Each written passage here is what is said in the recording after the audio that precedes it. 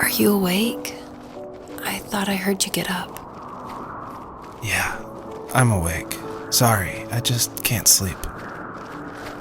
Are you thinking about him? Yeah, a bit. Usually get back to sleep, my love. I'm fine.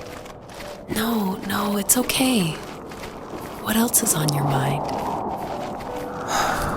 I don't know, it seems weird, but I had one of the most vivid dreams of my life.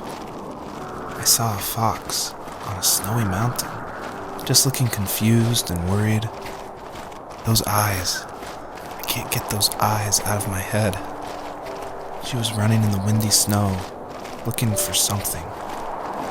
Do you think it has to do with you and what's been going on? I don't know. It was just a dream, Rachel. They're not meant to make sense. A lot's happened the past couple days, that's all. Well, if you're not going to sleep anyway, you should tell me. I want to hear. All right. So, not far from her home, she followed that path to something unexpected.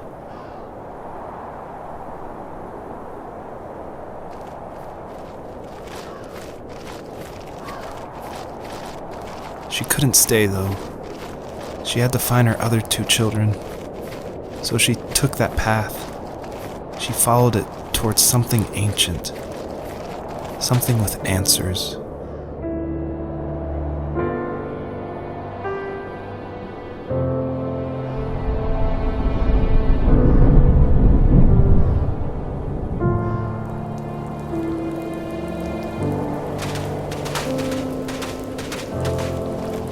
The fox looked high and low, searching for any sign of her cubs.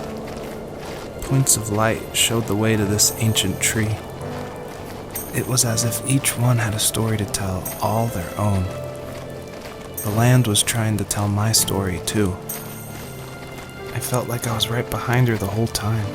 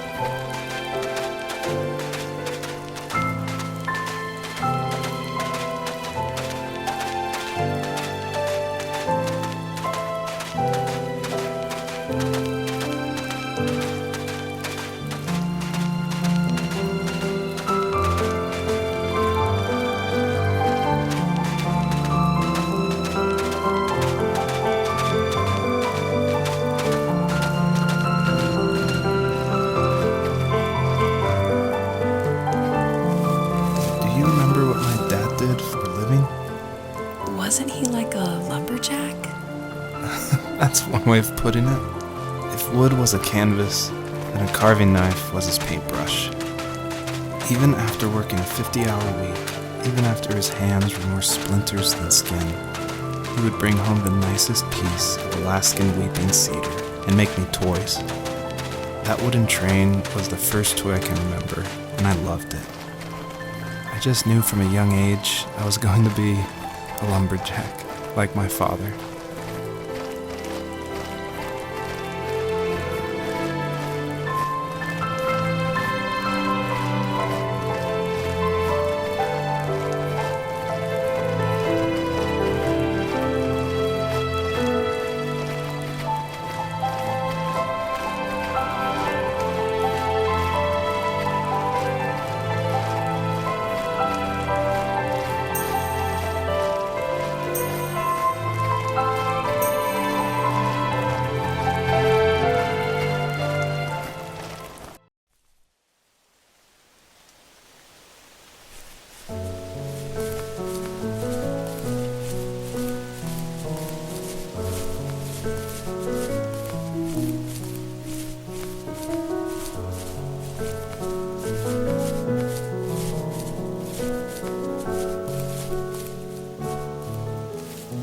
teenage years were full of sketching, angst, and trouble. I wasn't popular or unpopular. Maybe just forgettable. I guess that gave me a sense of freedom, so I hung out with crazy kids, doing crazy things, even though I mostly just watched the chaos ensue. We did it all. Put fireworks in mailboxes, hide roadkill in people's garages, break windows of the barber shop in Anchorage. My dad was furious, but he was so busy working he couldn't do much to stop me from going out. I think being an adult means there's no one to stop you making hard decisions.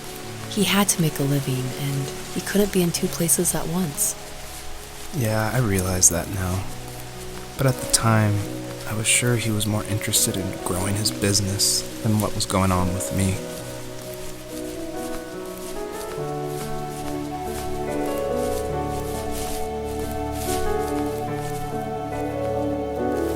He was working another late night, and my friends were over, saying how bored they were and how they'd come all the way out to my house for nothing. One of them mentioned how that old, ugly beyond belief truck was still in the garage, and how we should take it for a spin. I was only 15, so I kind of fought it for a while. The next thing I knew, we were careening around the mountain path, rocks spitting onto the sides of the cliff, while my dad's cringeworthy bluegrass blared out the speakers.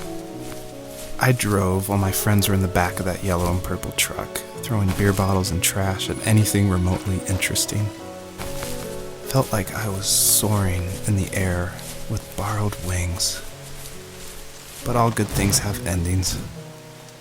A cop outside of Eagle River pulled us over after he saw us send a bottle rocket into someone's yard. What followed was a long night of talking to disappointed adults and feeling smaller than ever.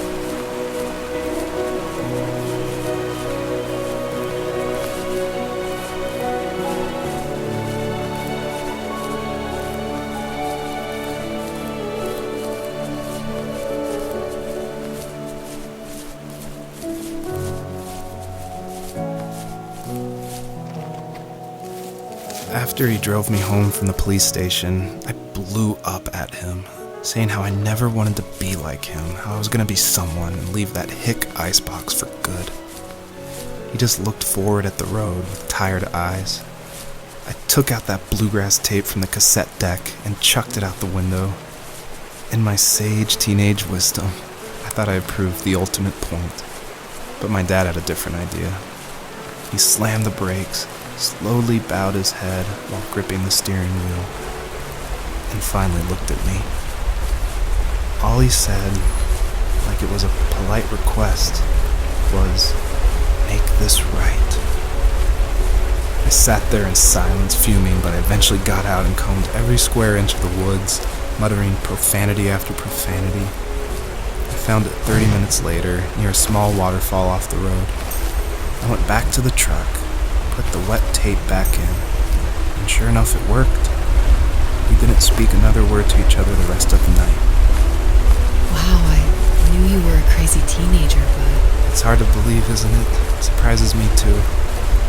It's like I didn't really know who that kid was back then. I bet my dad thought the same thing over and over. It's almost like he was saying, "Make this right," to himself, more than to me.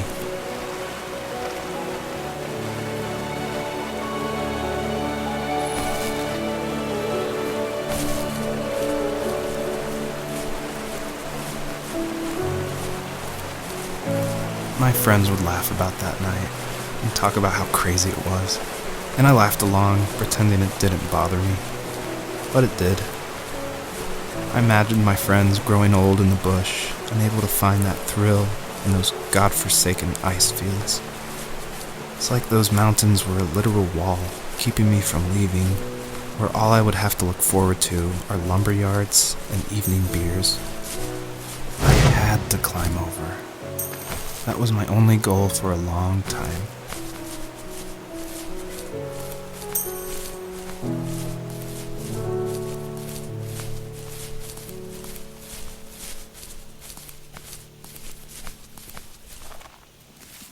If there was some way I could take my love of drawing and turn it into a way of escape, nothing would make me happier. I wanted to create instead of tearing trees down. I wanted to move to the lower 48, not because I hated it there in Alaska, but I hated the idea of it. It's like all of that spite inside me had created this monster which followed me around my whole teenage years. I put so much energy into doing what others didn't expect of me. Why did I do that? There's one fact you're forgetting, though. If you didn't have that fire in you, we probably would have never met. You're absolutely right. Maybe the destination is all that matters in the end. But then why am I awake? Why am I seeing this fox go on her journey? And why can't I stop thinking about my dad?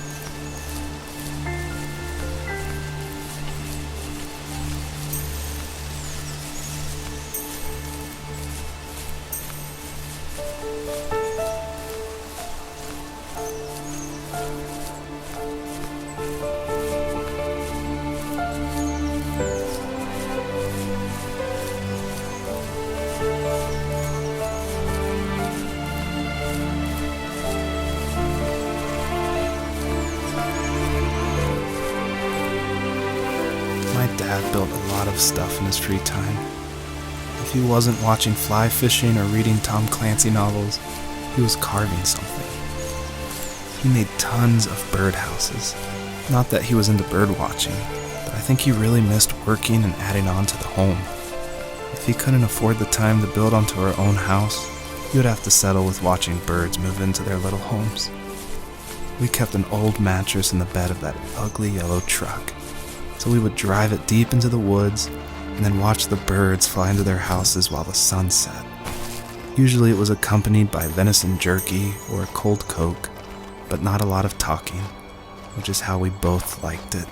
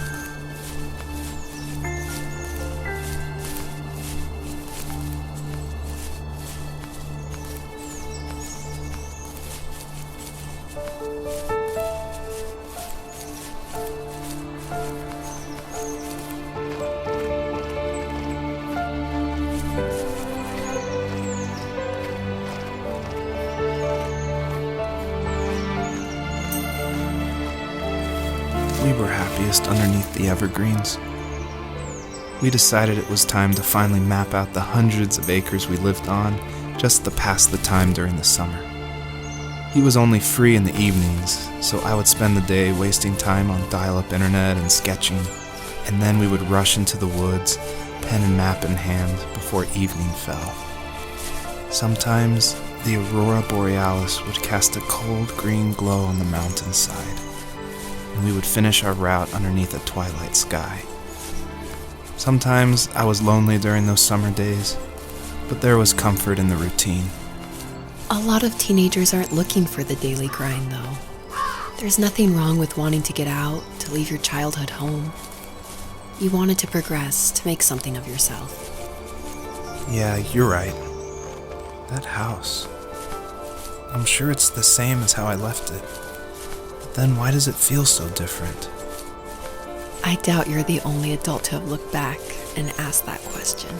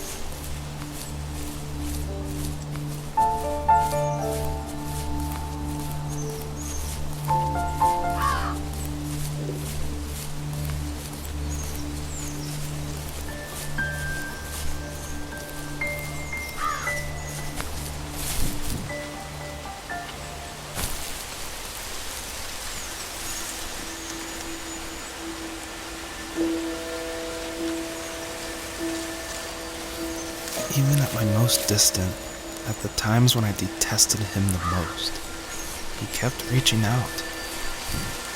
For a year straight, he asked me every week when we were going camping. I thought he was just dense. Eventually, to shut him up, I agreed. We carried out the worn lawn chairs from the garage and set up a cinder block campfire at the site we'd always used behind the house. We walked down the mountain path, talking in the warm sunshine we only got a couple months of the year. Those 3 obsidian rocks shimmered alongside the shore, almost like sparklers pressed against a dark window. I'll never forget that wet stone on my feet, or how those massive mountains looked even bigger in the lake's reflection. I felt small, but grateful. As the sun set, my dad found something I hadn't seen for a long time. The tree where I'd made my first carving when I was 6. I hadn't even carved it. My dad had helped me, but I still called it my tree. Something about seeing my name there made me open up, and we talked about everything that night in that old camouflage tent. I told him how much I loved sketching and design, and how it would be a dream to study architecture in Seattle. I told him how I didn't get along with my friends much anymore, but that I didn't mind being alone. He told me he was there for me, and he joked that if all he had to do was write my name on a tree to finally get me to talk, he would have left me carved logs with novels on them in front of my room every morning. I don't know why it took me that long to realize it, but it was then I knew how much he had sacrificed for me.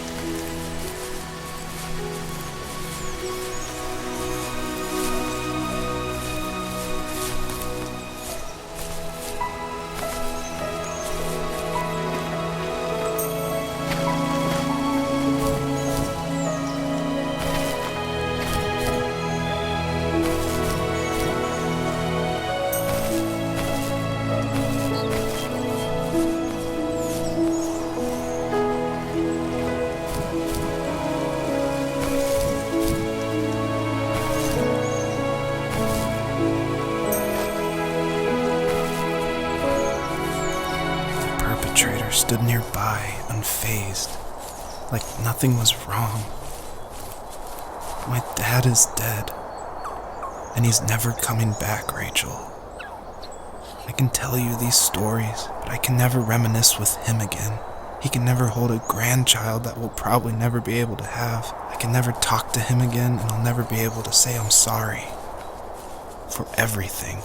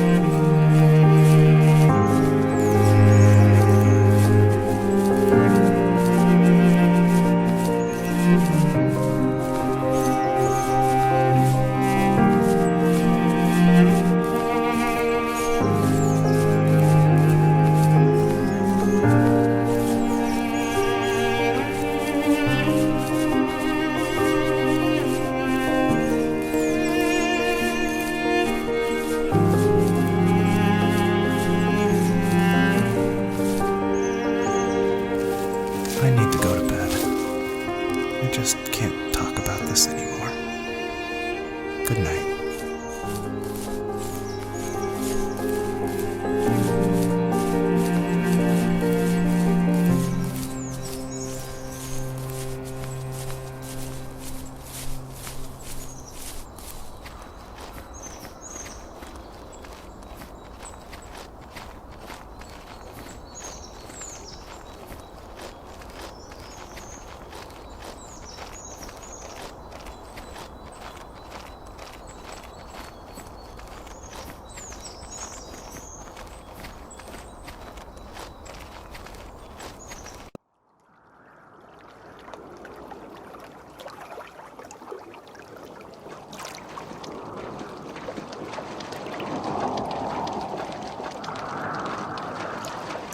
Joseph, you can't go to sleep feeling like this. I'm sorry for everything, and I know you need space, but I'm here for you. You don't need to feel so lost. Joseph, have I ever told you what my mother was like?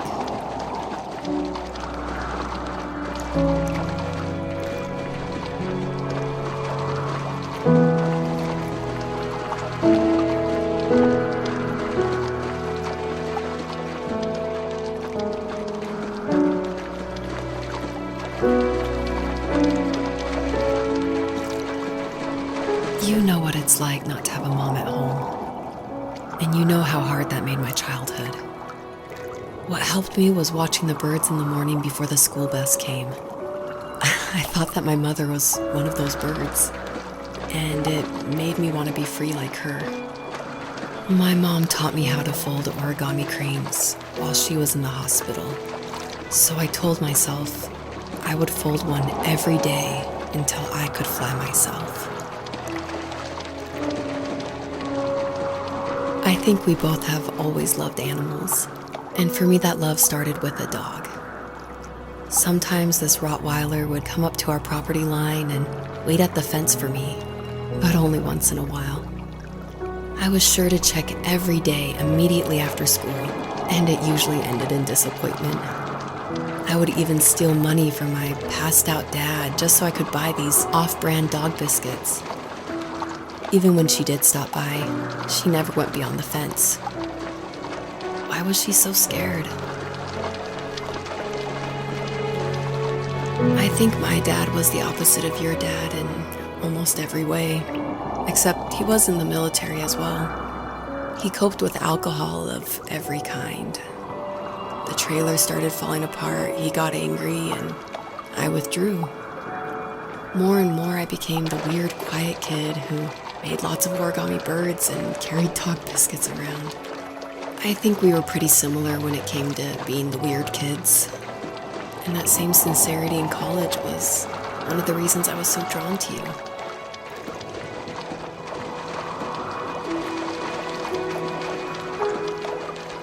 Life got worse and worse, and at one point, I really didn't think I could survive another day with my soul still intact. I had no real friends, let alone neighbors, since we lived in the middle of nowhere. I should have talked to my teacher, but I was scared what he would do if he found out. As I waited for the school bus one morning, I walked around until I found something in an abandoned shed. Something I can't put into words.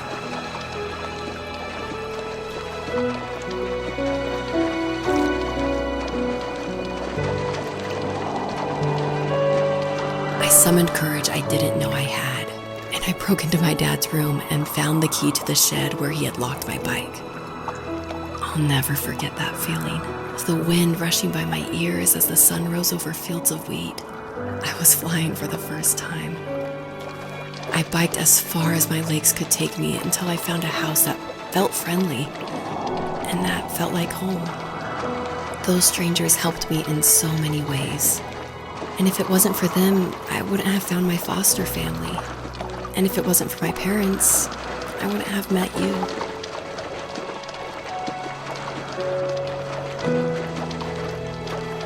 You have strength, Joseph, and you're not as alone as you think.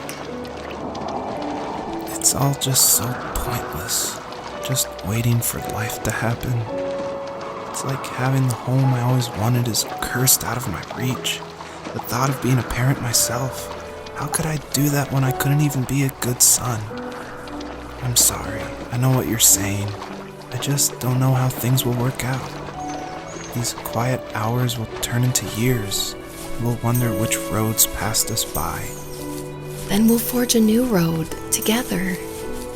Besides, I discovered for myself that one fateful morning where any hopeful road leads to. There may be thorns and mist, but it always leads to the same thing. And what's that? Family. I'm so glad that you're part of my family, Rachel. And I'm glad you're part of mine.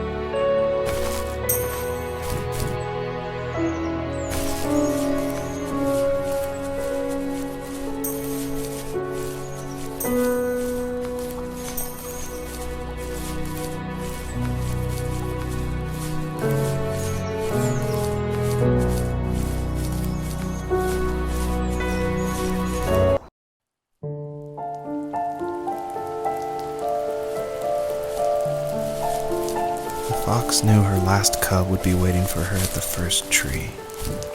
She was almost there. The rain cascaded onto the jade valley where the entrance to the tree was. Life was protected there, because that's where life began. It was now only a mother and a daughter left. Items from my life still dotted the ground as she moved closer to her destination and destiny.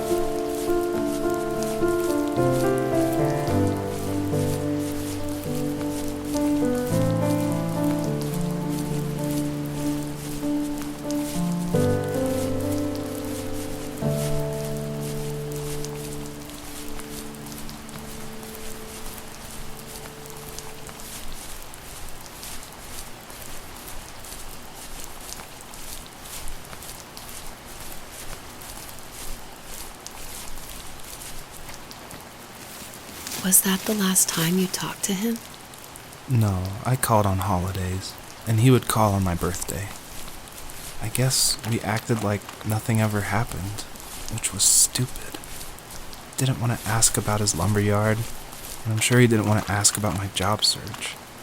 I never went back and visited. I think the last conversation we had was about what movies we had seen and what exactly a best boy is in the credits.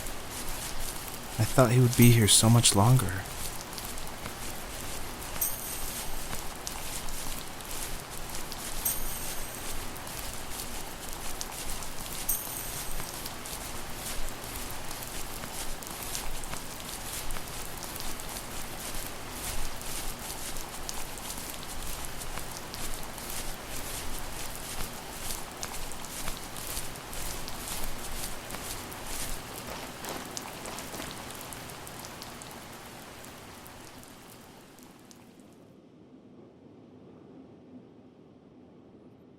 In the distance, the first tree illuminated the wasteland.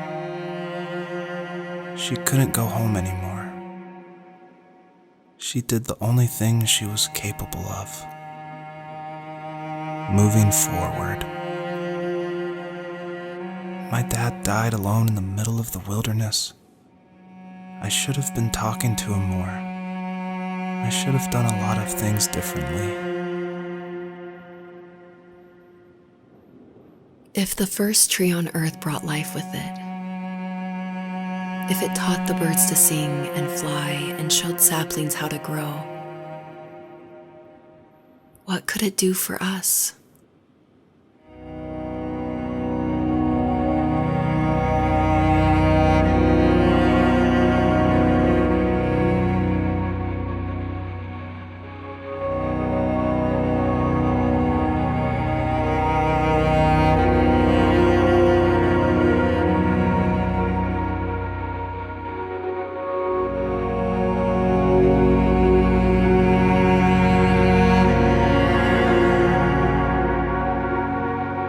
There was a letter I received yesterday from a name I didn't recognize, with a quote I can't stop thinking about.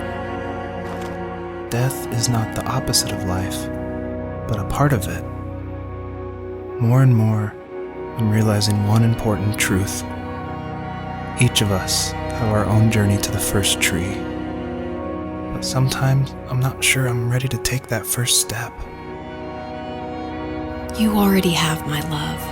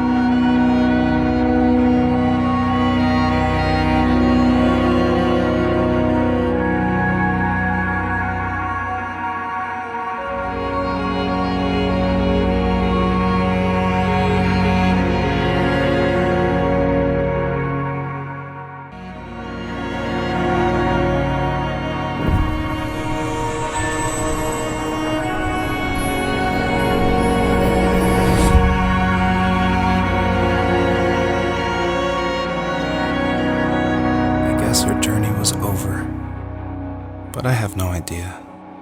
It was only a dream, a distraction from tomorrow. I don't think dreams normally bring back to memory so many important feelings. Maybe it was just a dream, but it was also a gift. Yeah, I suppose. But tomorrow we're getting on a plane to the last place on Earth I want to be. The only person that would have made the trip worth it is gone.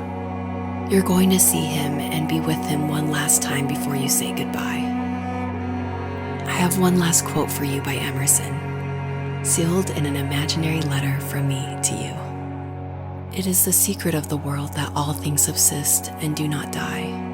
but only retire a little from sight and afterward return again. Go to sleep, my love. We have a big day tomorrow, but I'll be there with you every step of the way. Thank you. Thanks for listening. Good night, Rachel. Good night, Joseph.